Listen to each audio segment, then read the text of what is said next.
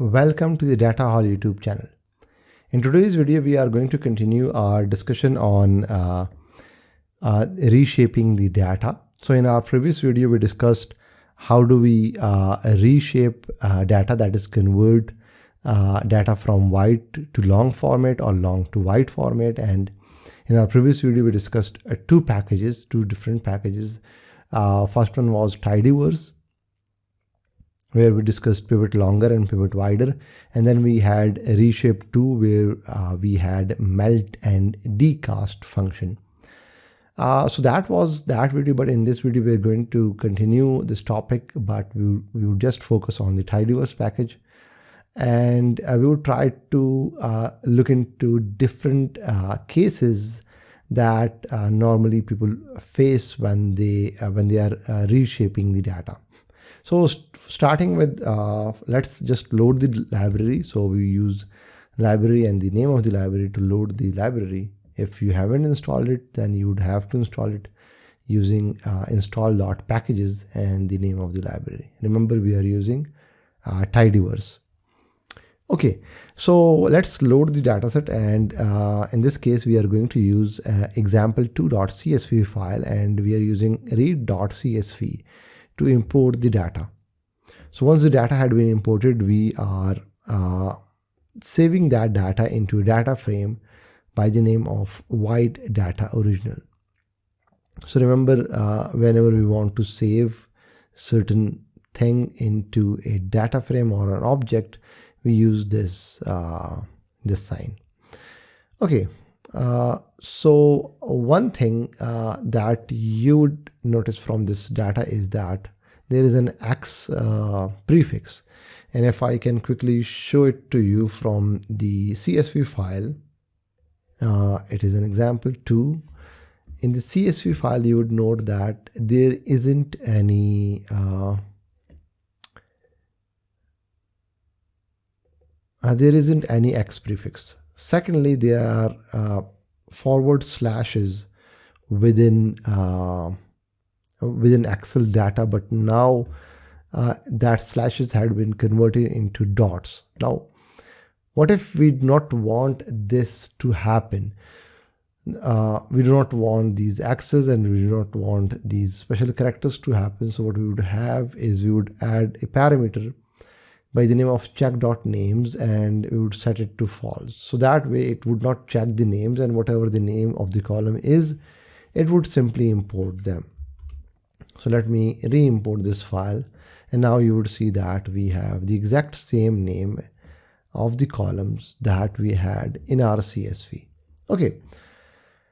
So we are going to use pivot longer again, and if you are not familiar with what pivot longer is, you would have to go back and watch my video. Now in this case, what do we have is, in our previous cases, we didn't had any special character in the name of the columns, but now we have special characters in the column name, and one way to handle that was to check to use this option of check.names is equal to false. So that way those special characters would be imported correctly.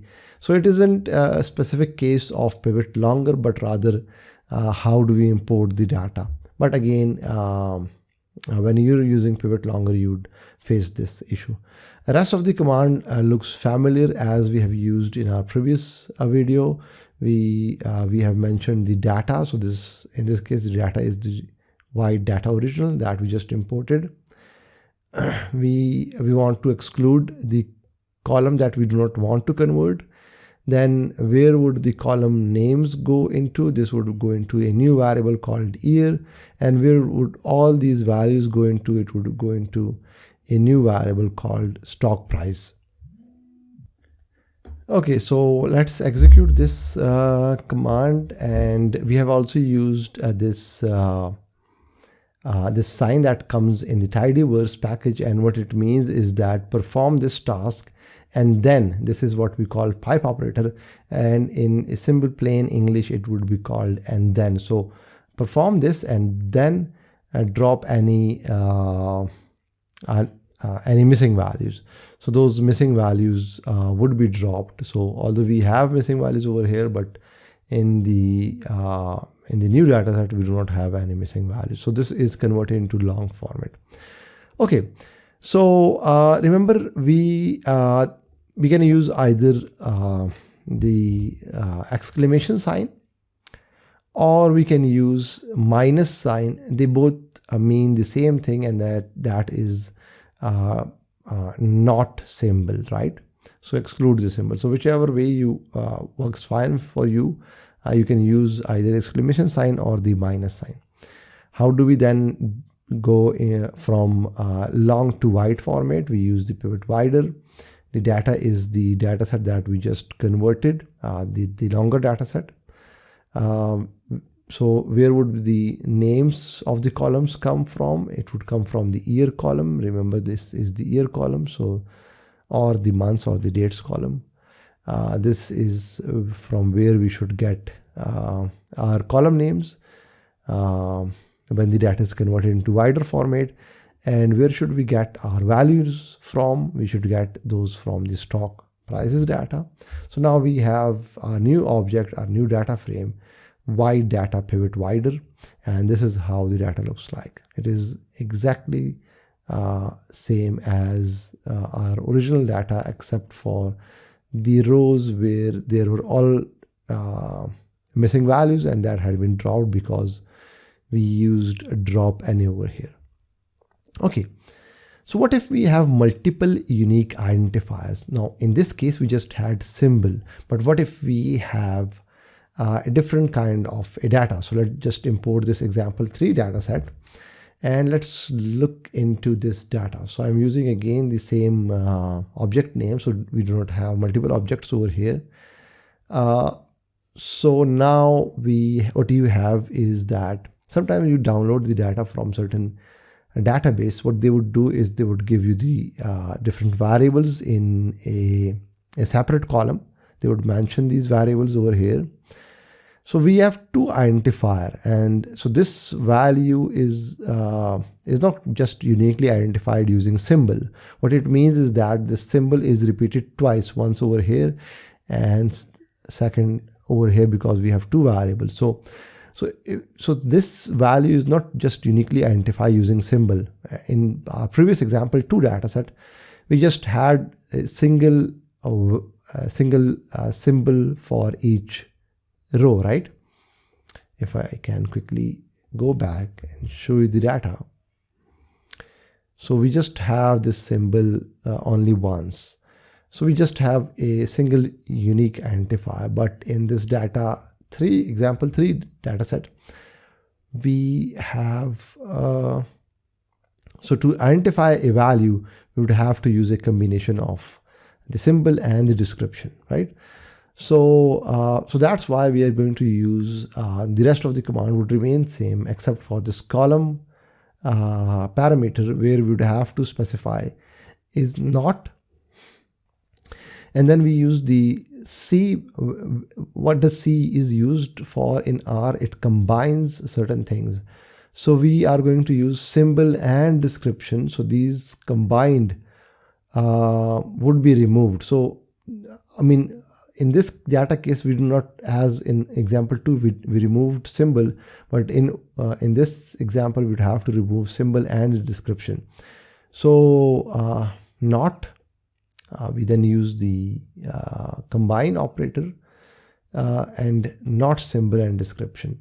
The rest of the command remains the same, and this is how the data would look like. So we would have symbol, the description, the year, and the stock price, right? Because there was Y in our column names as a prefix before the year. So that's why we have this prefix over here. We have discussed in our previous video how do we remove these prefixes, right? Okay. Similarly, if we want to convert that back into wider format, that is simple. We just convert that because we do not need column names. We do not have to remove column names when we are converting that back into wider format. What if we have multiple identifier and multiple variables? So let's import this example example 4 dataset. And what we have is we have name, we have gender, and for each name we have different variables in columns. So we have income for different years, and then we have expenditure for different years. Now what do we need to do is firstly, the same concept that we just used was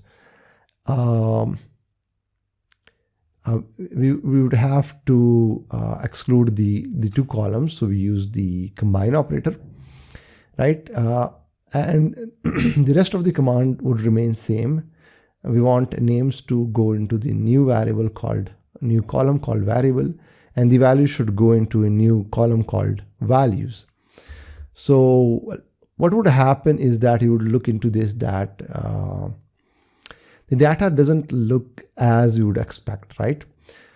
So rather what we would want is that there should be two variables rather than getting all this information in a single variable called variable. We should have two variables.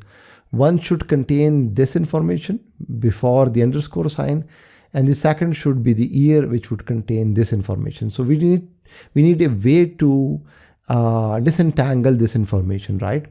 And this is where this name separator would come in. This parameter, what this parameter would do is it would separate this name, right? That's why it is called name separator. So what it would do is it would take the name of the column, right? And instead of saving just it into a single variable called variable, this would become the variable name, the column name. Instead of having a single column, we would have two columns, right? Again, we are using a combine operator. So we would have the variable column, and then we would have the year column. So that way we are separating this information. So this income would go into this variable column, and this year would go into a separate column called year. And how do we want this to be separated? I mean, we need to tell our what separator is there. So we'd have to find a separator that is there is a pattern. I mean, that separator is always used in each variable name. So there is an underscore sign that is always used in between the variable name and the year. So what we do is we use name separator parameter, and we tell that the separator is an underscore. So whatever the separator is in your case. Once we execute this, you'd see that we have the variable and the year in a separate column. What if we wanted to combine them back, or what if we wanted to convert them back into a wider format? We would use, again, we would mention the data, and then names should come from, this is different from the previous cases. In previous cases, we would always just assign a single name from variable. But in this case, because the variable name have to be combined from this column and this second column, which is the variable and the year column. So we have mentioned that variable name should come from variable and the year column. And this is how the data would look like, right? So this had been converted back into the format that we originally had. Thanks for watching this video, and do subscribe to this channel and do hit the bell icon.